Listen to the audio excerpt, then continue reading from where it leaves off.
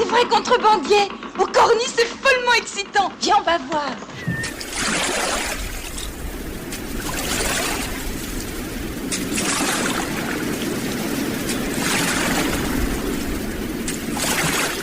Bonjour et bienvenue à tous pour ce nouvel épisode du podcast Des bouquins dans les poches sur Tendance Ouest. Nous avons lu cette semaine le nouveau roman de la jeune écrivaine franco-américaine Jennifer Richard, Le diable parle toutes les langues, paru aux éditions Albin Michel. Elle s'est intéressée au destin de Basil Zaharoff, c'est le plus grand marchand d'armes du début du XXe siècle, ami et complice de tous les chefs d'État, ou presque.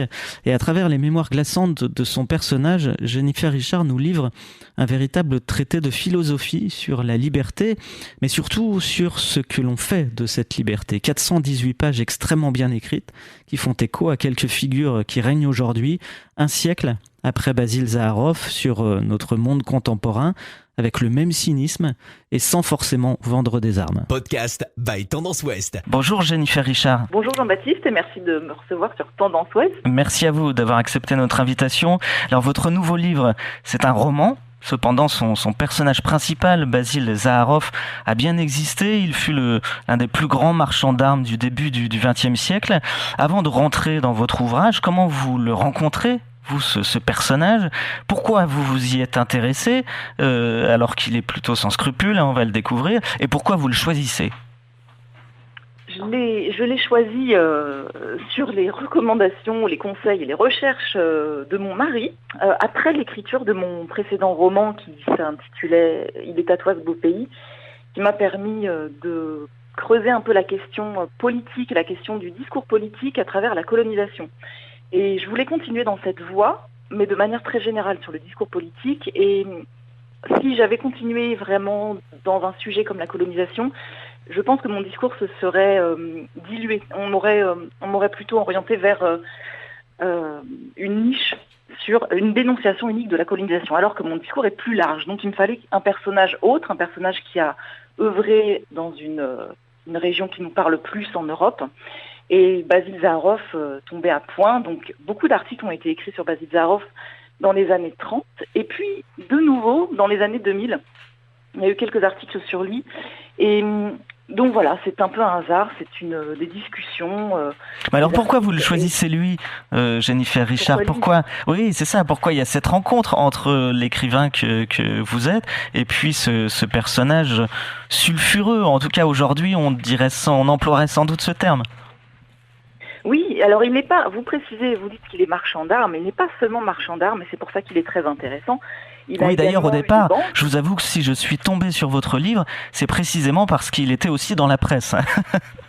Exactement, voilà, et c'était un mania de la presse. En fait, il avait tous les pouvoirs concentrés entre ses mains, le pouvoir absolu, et il avait une influence terrible auprès des gouvernements européens, ce qui lui permettait d'orienter les choses en sa faveur.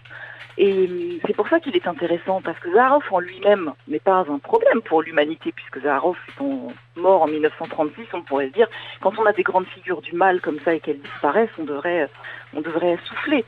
Et en fait, non, les choses sont toujours aussi dures pour la plupart de la population. Donc Zaharoff, c'est un exemple du pouvoir. C'est quelqu'un qui concentre un pouvoir énorme de manière assez opaque et qui dirige la politique. Donc c'est pour ça qu'il m'a intéressée. Donc c'est pas tellement le personnage. Oui, il est au-dessus des États, presque. Il est au-dessus et en dessous à la fois. Voilà, il est vraiment à toutes les strates. Il oriente la politique française, la politique européenne de manière générale, puisque c'est le genre de personnage qui a poussé les États vers le conflit, la boucherie qui a été la Première Guerre mondiale. Et c'est le genre de personne qui a un pouvoir même à un niveau microscopique, parce que en Normandie, j'imagine que vous connaissez beaucoup mieux qu'au niveau national Jules Durand, qui est, je crois, un héros normand. Et Jules Durand qui a été condamné à mort pour un crime qu'il n'avait pas commis, parce que c'était un syndicaliste, parce qu'il avait organisé une grève illimitée au port du Havre. Et ça heurte les intérêts de gens comme Basil Zaharoff, qui ont des intérêts dans les sociétés maritimes. Et voilà, c'est pour ça que j'ai voulu dans mon roman montrer à quel point il a une influence énorme et aussi une influence très très locale sur la vie des gens qui veulent se confronter au pouvoir. Alors dans votre roman, ce Basil Zaharoff, on le découvre nous lecteurs au crépuscule de sa vie. Il confie un manuscrit à sa fille, hein, il confie la lecture de ses mémoires à sa fille. Je vais lire un extrait, page 74, parce que par ce livre, vous avez toute une réflexion sur un tas de notions, comme évidemment l'argent, par exemple. Vous écrivez ceci: bien entendu, on ne gagne pas non plus d'argent en travaillant, ni en économisant. L'argent amassé ne sert à rien. Francis Bacon le compare au fumier. Laissé en tas, il pue.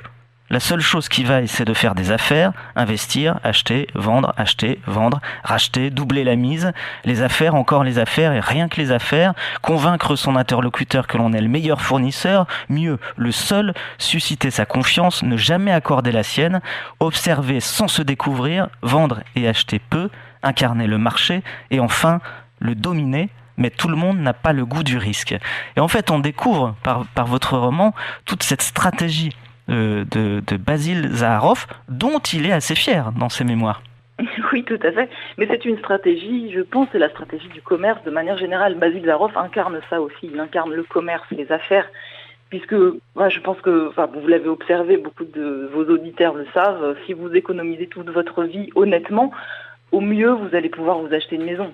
Et c'est déjà vraiment une belle réussite, mais c'est pas comme ça qu'on devient riche. Les grandes fortunes aujourd'hui dans le monde ne se sont pas contentées d'économiser sur leur salaire. Et pour devenir un millionnaire puis un milliardaire comme il y en a tant, il faut guetter les crises. Il faut vraiment être toujours prêt au moment de la crise à acheter, à vendre au bon moment. C'est une histoire de timing et je pense que malheureusement les années qui nous guettent vont nous le montrer cruellement.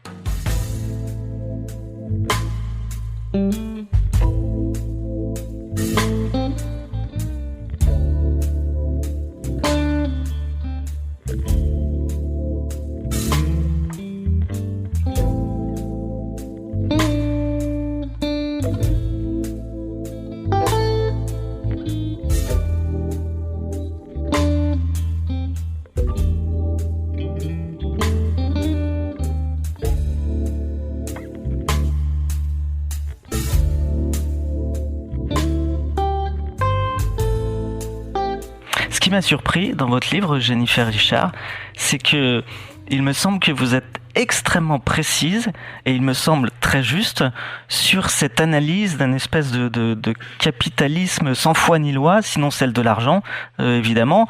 Où est-ce que vous avez été chercher toute cette matière ? C'est de l'observation ? C'est de l'observation, c'est une colère qui monte, comme à mon avis chez beaucoup de personnes, de plus en plus. Il y a vraiment une vague, je pense, il y a une vague de colère, mais qui est là depuis des siècles. C'est pas nouveau, ces mouvements de masse contre l'injustice et contre un pouvoir vraiment implacable. Donc moi, j'observe cette colère. Je peux pas dire que dans ma vie personnelle, je souffre énormément de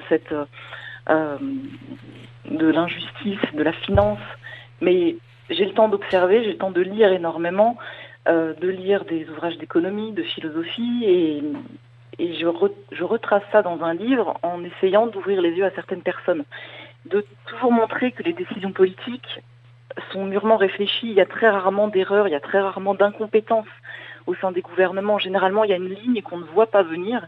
Et avec Zaharoff, j'ai juste voulu montrer qu'il y a des gens qui savent très bien ce qu'ils font, même si au niveau de la population, ça se voit pas et on est juste obligé de subir. Donc oui, voilà, c'est une espèce de petite flamme de colère que j'essaie d'entretenir et de partager avec ce livre. Pour vous, quelle est la quête finale de Zaharoff ? C'est le pouvoir, c'est quoi sa quête ? Parce que il semble en quête quand même, et il a toujours envie de faire mieux d'ailleurs. Enfin, c'est étonnant parce que parfois on est presque, attendri en tout cas par sa démarche d'avoir toujours envie d'être le meilleur, de faire mieux. Oui, c'est une grande question. C'est une question que je me pose. Je n'ai pas encore répondu à cela, et c'est pour ça que j'essaie au-delà de l'analyse politique, j'essaie d'apporter aussi une petite réflexion philosophique sur le but de ces personnes. Quand on court après le pouvoir et l'argent, il y a jamais de fin et il y a jamais aucun signal ne peut nous dire voilà, ça y est, tu es parvenu, tu as réussi ta vie et tu as atteint tes buts. Alors, qu'est-ce qui satisfait ces gens-là ? Moi, je sais pas. Ces gens qui ne peuvent pas se contenter de ce qu'ils ont, qui ne peuvent pas se contenter d'un coucher de soleil, d'un arbre qui pousse. Il faut toujours plus, et je pense que ça ça mène forcément à la perte, en fait. Ça mène à une perte spirituelle, puisque on est toujours en quête. Et qu'est-ce qui se passe sur le lit de mort ? Est-ce que ces gens-là se disent, voilà, je suis heureux ? Moi, je pense pas. Et peut-être que c'est un espoir un peu vain, si vous voulez. J'espère que non. J'espère que des gens comme ça, à la fin de leur vie, se disent, je crois que je suis passé à côté de quelque chose. Donc c'est une interrogation, et j'invite aussi le lecteur à se poser cette question. Quel est le but de la vie ? Est-ce que c'est d'amasser, ou est-ce que c'est de se poser, de contempler ce qui nous entoure ?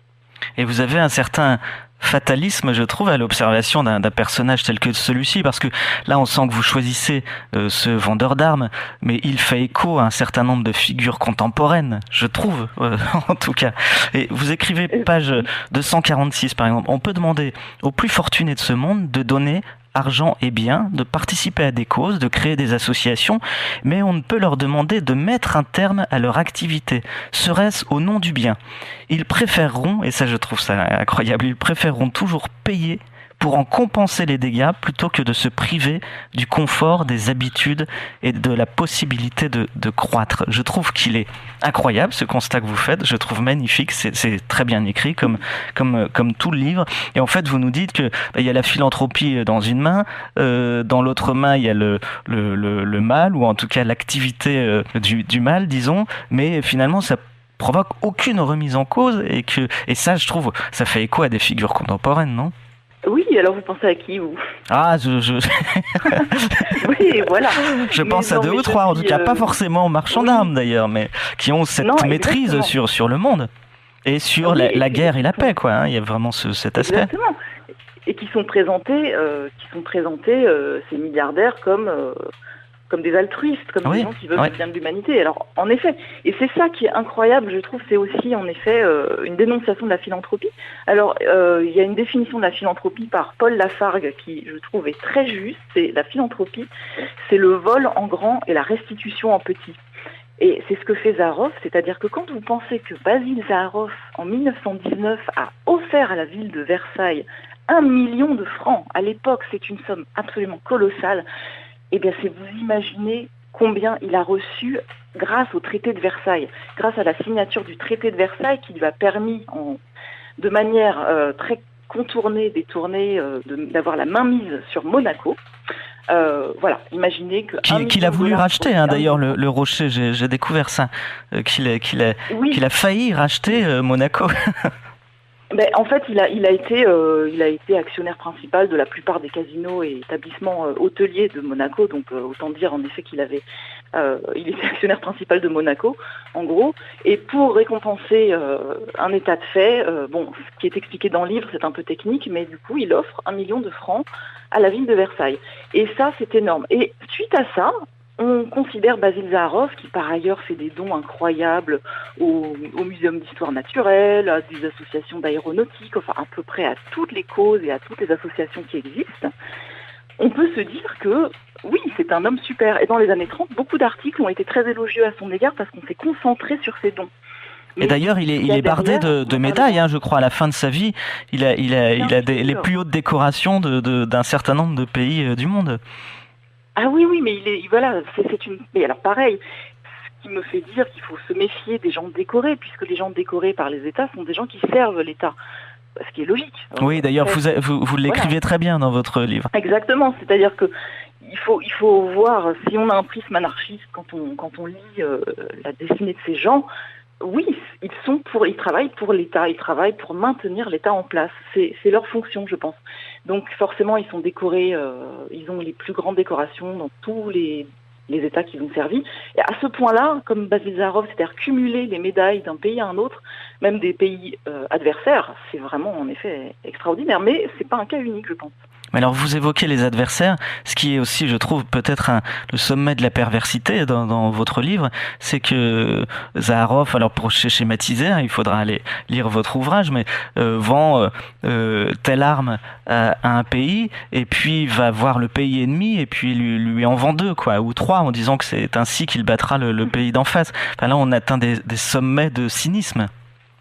Exactement, mais encore une fois, c'est en lisant la documentation sur Basil Zaharoff, je me suis rendu compte que ce qu'on intitulait le système Zaharoff n'était pas du tout le propre de ce personnage, puisque c'est le principe du commerce d'armes Et de manière générale, c'est le principe du commerce tout court. Mais quand vous voyez les contrats de Krupp, par exemple, à l'époque, c'est la même chose en fait. Ils vendent vraiment à deux pays antagonistes, à deux nations antagonistes, ou pareil pour la Vickers en Grande-Bretagne, ou les armes américaines. Bon, quoique le marché américain est un peu spécifique parce qu'ils étaient très protectionnistes avec leur marché. Mais sinon, la vente d'armes, c'est comme ça que ça fonctionne. En fait, on vend à un côté de la frontière et de l'autre. C'est plus efficace et puis ça fait monter les prix, c'est bien.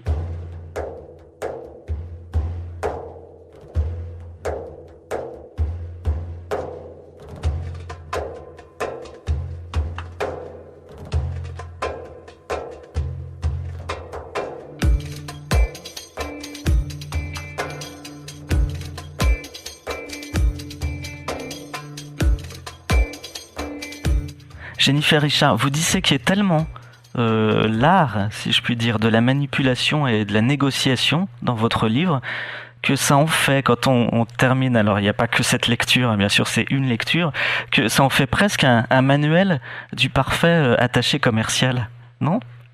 Ouais, c'est amusant que vous disiez ça, mais je suis tout à fait d'accord, c'est comment vendre. En effet, c'est pas ma spécialité au départ, loin de là, mais en observant le personnage et puis toutes les entreprises pour lesquelles il a travaillé et puis les entreprises qu'il a fondées, oui, enfin ce sont des principes assez faciles, des principes de base, vendre et acheter au bon moment, c'est tout. Et ensuite, dans les subtilités, ça me dépasse, c'est pas mon domaine, mais il faut juste constater qu'en effet, il faut être à l'affût, il faut vraiment être passionné par ça, et puis c'est comme ça qu'on peut faire fortune, au détriment toujours des autres. Vous allez loin dans la psychologie de votre personnage, Zaharoff. Comment on quitte ce personnage une fois que vous avez quitté le manuscrit ou achevé les dernières corrections? J'imagine vous avez passé beaucoup de temps avec lui pour le comprendre, ou en tout cas pour le dire l'écrire de cette manière. Comment on se débarrasse de ça, d'un tel personnage? Ça doit être encombrant. Oui, il prend de la place, vous avez raison. Heureusement, moi j'avais d'autres projets en tête que j'ai pu enchaîner assez rapidement. Mais je l'ai quitté en le tuant, comme vous avez vu. Je le quitte à sa mort en 1936 en le chargeant de beaucoup d'interrogations sur le sens de la vie, comme je disais tout à l'heure, de beaucoup de peur, et même une terreur au moment de voir arriver son dernier souffle. Donc je me déleste aussi, moi, peut-être de quelques angoisses existentielles que je constitue en gros fardeau sur les épaules de Basil Zaharoff. Et puis j'estime que, à la fin de sa vie, à la fin du roman, moi j'ai accompli ma mission, je lui ai fait dire ce que je voulais dire. Et juste, j'ajoute juste une chose concernant la philanthropie de Basil Zaharoff, parce que je disais qu'il avait financé beaucoup d'associations, beaucoup de grandes causes, mais il a également financé, et ça c'est quelque chose que je n'avais jamais vu dans les ouvrages consacrés à lui, il a également financé en 1932 le parti nazi. Et ça c'est intéressant parce que Basil Zaharoff, on lui a prêté aussi des origines juives. Bon, on ne sait pas d'où il vient, on s'en fiche un peu, mais ça a été évoqué. On s'est dit on ne sait pas d'où il vient, il est possible que Zahar ce soit une origine juive, et que du coup, voilà, sa ligne d'éthique, c'était ça. On ne finance pas un parti comme le parti nazi. Mais si, voilà, j'ai découvert que si. Et c'est ça qui m'a fait dire qu'il n'y a jamais d'éthique en politique, sauf dans le discours. Et c'est ça qui est intéressant, c'est que l'action et le discours est très différente, et c'est vraiment ce que j'essaie de montrer avec ce livre, notamment. Alors il y a une chose étonnante, ou en tout cas sans doute très volontaire dans votre livre, c'est que vous ne portez pas de jugement, il me semble, sur la vie de Basil Zaharoff. C'est pourquoi ça? C'est pour laisser le lecteur libre de se faire sa propre opinion jusqu'au bout? C'est pour qu'on se focalise pas sur lui, c'est parce que j'ai pas envie qu'en terminant ce livre, le lecteur se dise cet homme est une ordure et il représente le mal absolu. De manière générale, les boucs émissaires ou les personnes qui prennent sur leur dos toutes les mauvaises opinions et tout l'opprobre, je trouve que c'est très dangereux parce que ça occulte tout ce qui se passait à l'époque de leur temps.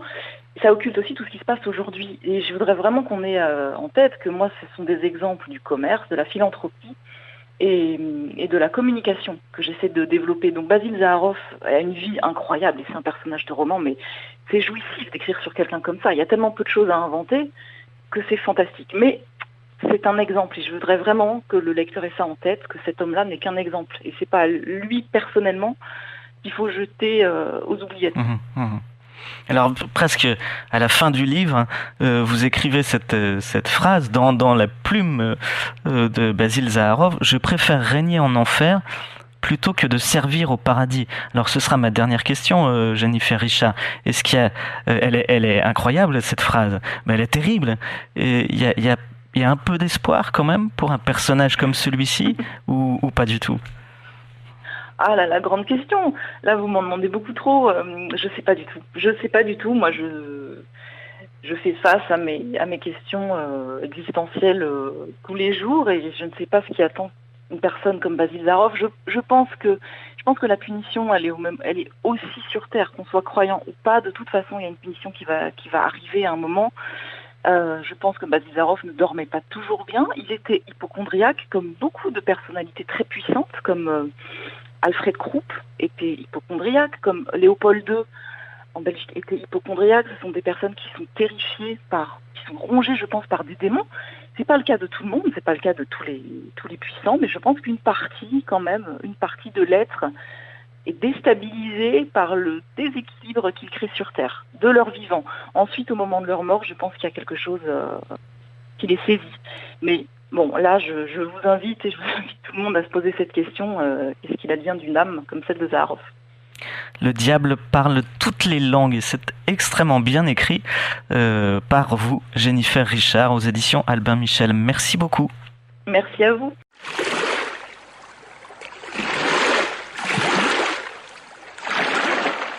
Podcast by Tendance Ouest. Podcast by Tendance Ouest.